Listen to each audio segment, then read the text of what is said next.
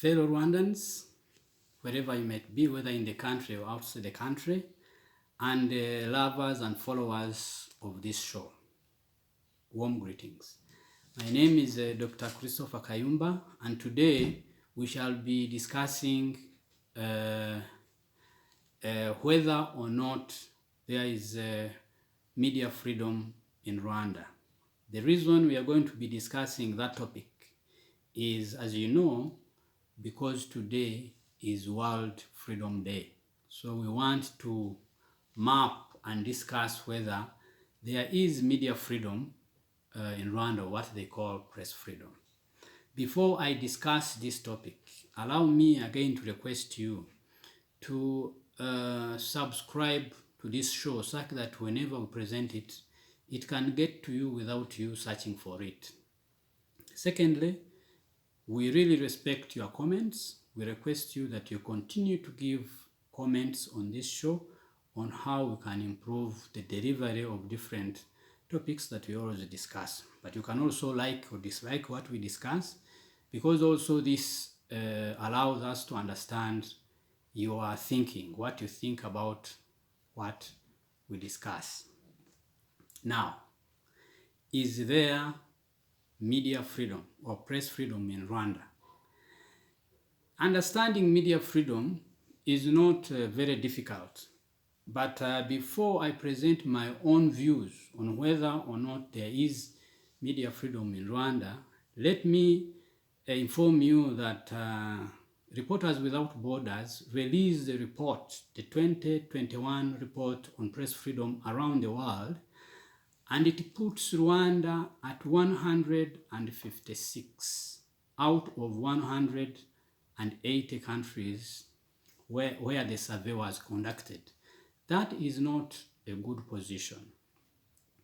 And that has been the trend for the last more than 20 years. Rwanda has always had a bad position as far as the Press Freedom Index of Reporters Without Borders is concerned.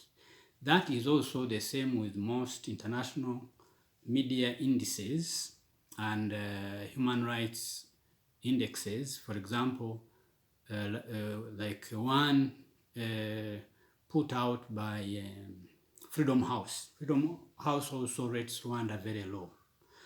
And of course, in institutions like Reporters Without Borders cite numbers of journalists arrested, numbers of journalists killed, numbers of journalists forced into exile, intimidation, issues of self-censorship, and issues of that nature. So it depends.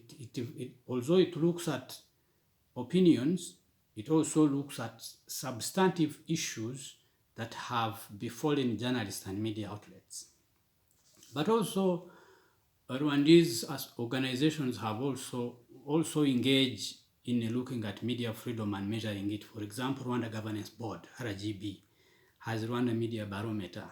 It largely depends on measuring the perceptions of different actors in Rwanda, looks at the perception of journalists, the perception of the public generally, and it presents these indexes. Since it started, it has shown that media freedom is high, above 70%. But how do I evaluate media freedom today in Rwanda?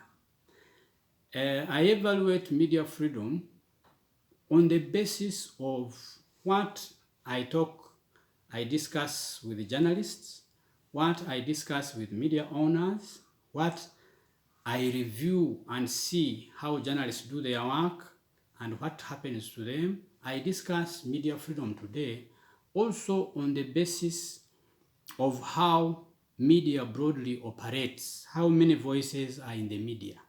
What is the consequence of doing journalism and reporting stories that may not be appreciated by those in power or those with money?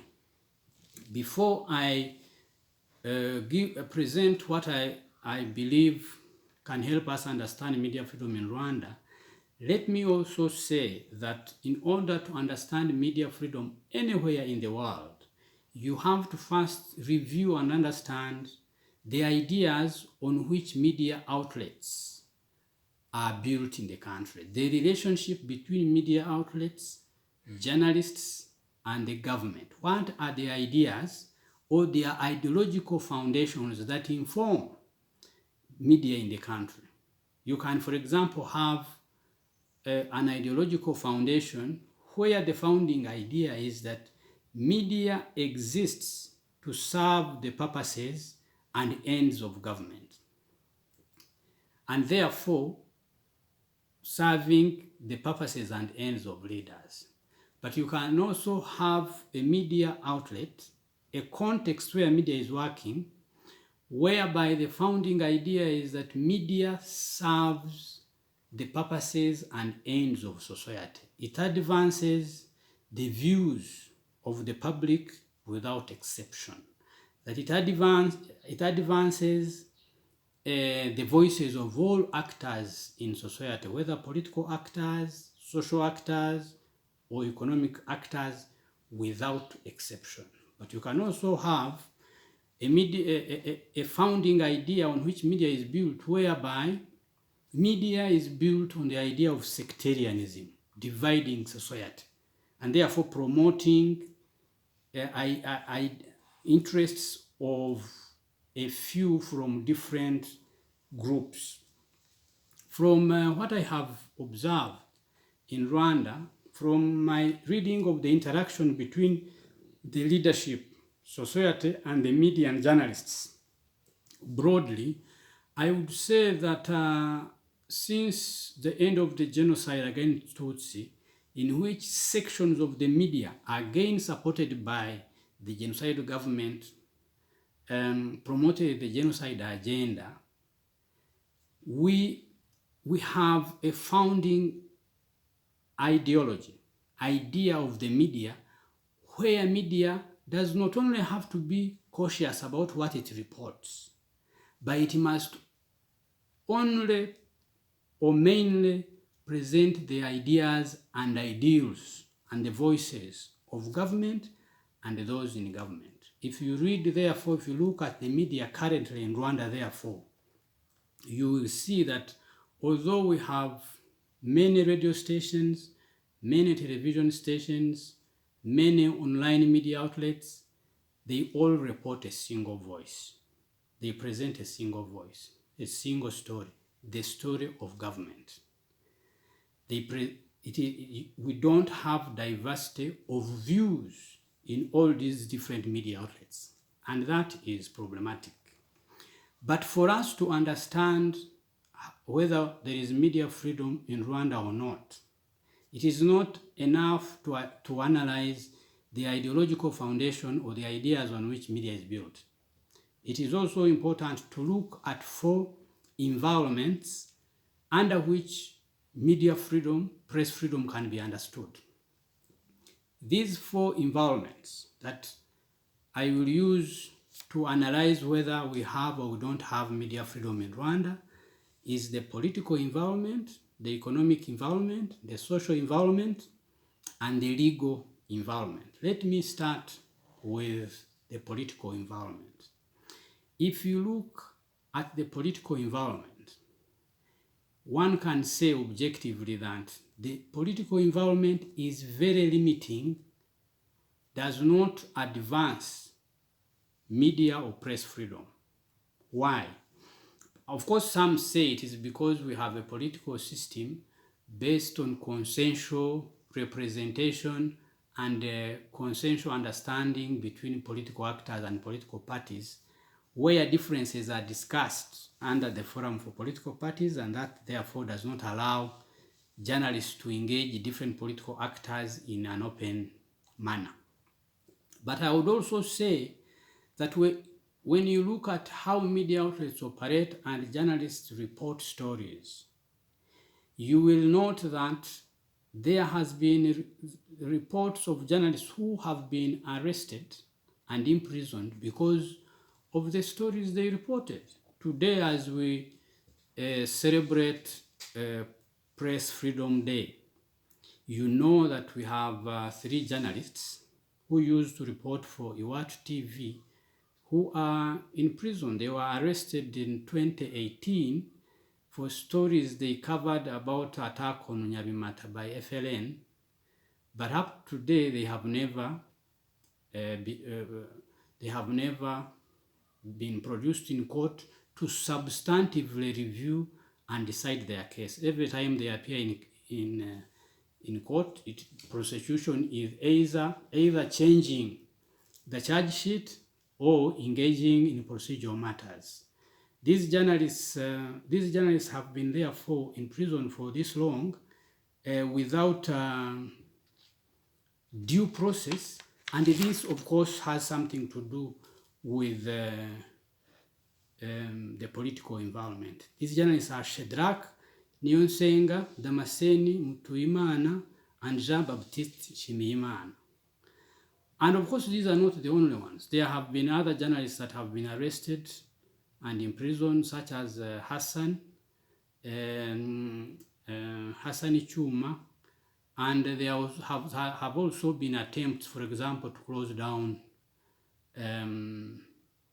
YouTube channels, or discussions on how they can be closed, or how they can toe the line. But you also have to look at the institutions, media institutions that normally promote media freedom and the independence of media outlets. You will note that the way those institutions work, for example, Association of Rwandese Journalists and Rwanda Media Commission, there have been alleged attempts to make them less independent, to be controlled by government or government institutions. This also is a political environment that limits media freedom, because journalists will weigh the cost of doing certain stories. If the cost of doing certain stories is prison, many will not do these stories, or they will edit them in such a way that they remove the story that of what happened, and then they remove the substantive nature of that story. And that is why institutions like Reporters Without Borders are talking about self-censorship. Self-censorship is a consequence of the cost of doing certain stories. You censor yourself because you fear the consequence of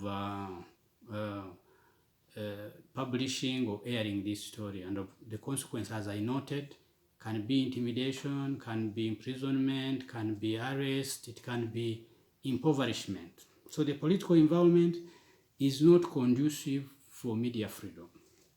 Environment number 2 that we can use to objectively assess whether or not there is media freedom in Rwanda, it is the economic environment, the structure of the media market.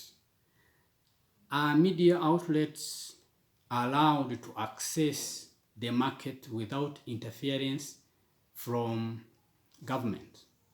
When you ask media owners, when you ask journalists who follow these stories, they will tell you that only a few media outlets get access to the market, whether it is the market that deals with the production sector, such as access to adverts for companies, industries. It is limited by certain individuals in government who decide that certain media outlets that do not report what they prefer do not access this market. So a few that have decided and made a calculation that in order to survive economically, they have to toe the line of individuals in government who control this market, will access this market.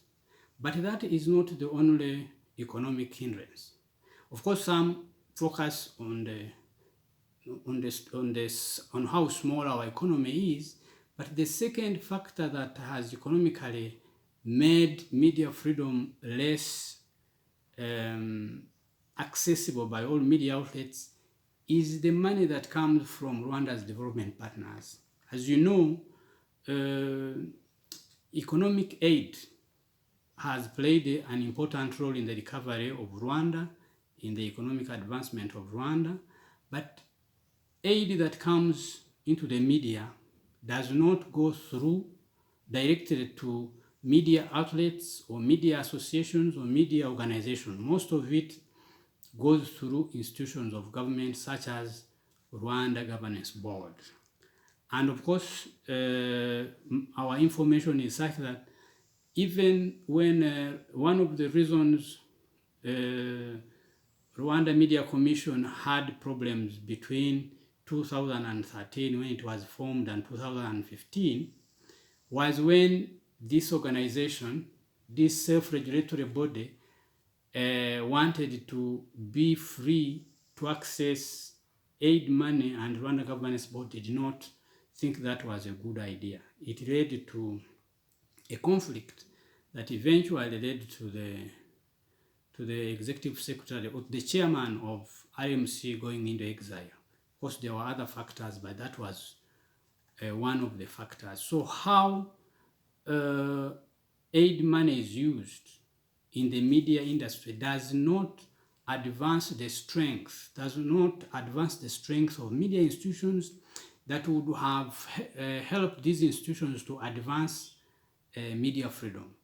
That is why most media institutions like the Association of Rwandese Journalists, Rwanda Media Commission, are firm that advances the interests and the unity of female journalists in the media are very weak. They have not been strengthened because aid money that comes into this sector is used in things that do not build these institutions. Finally, on the economic factor that also advances media freedom, you will note that due to changes in information and communication technology, how media accesses funding, how media advances its financial well-being has changed. The model the media institutions used to use to make profit, to make money, to advance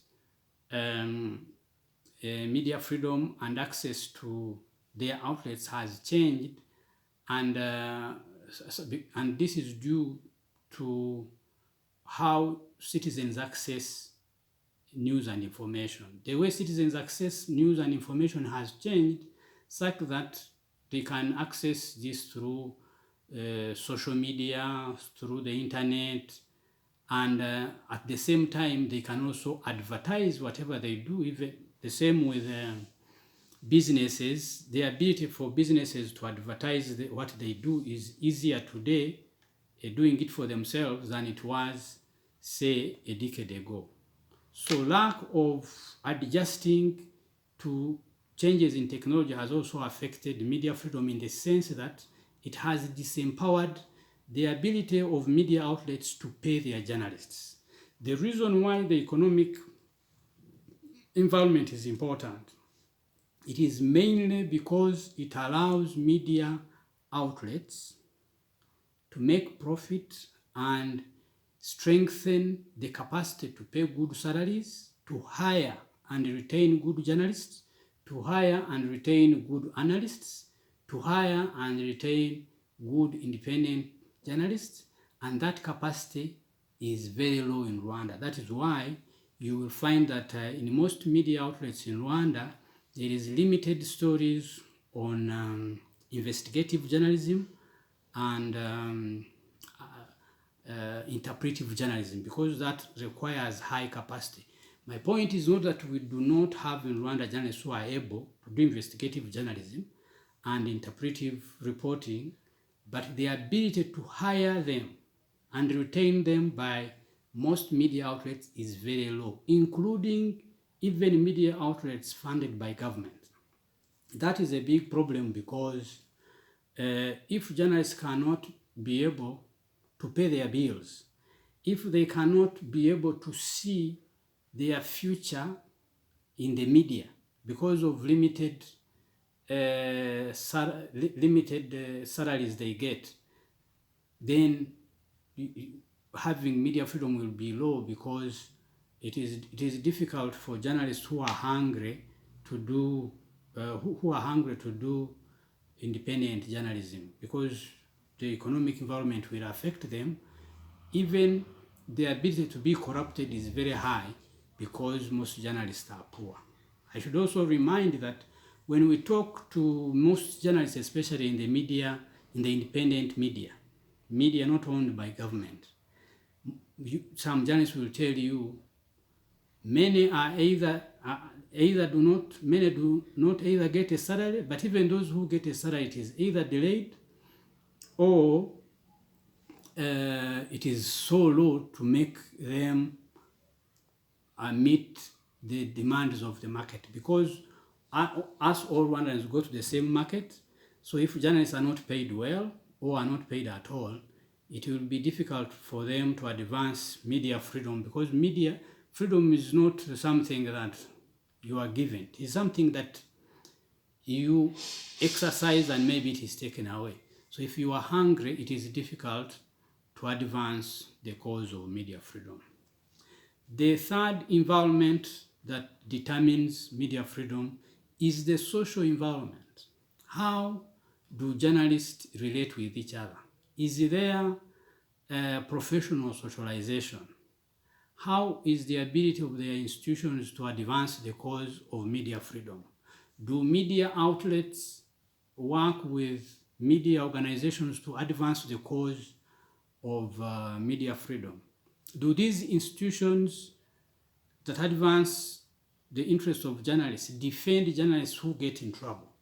Do they help them get lawyers when they are taken before court? Do they defend media law whenever it's trampled upon?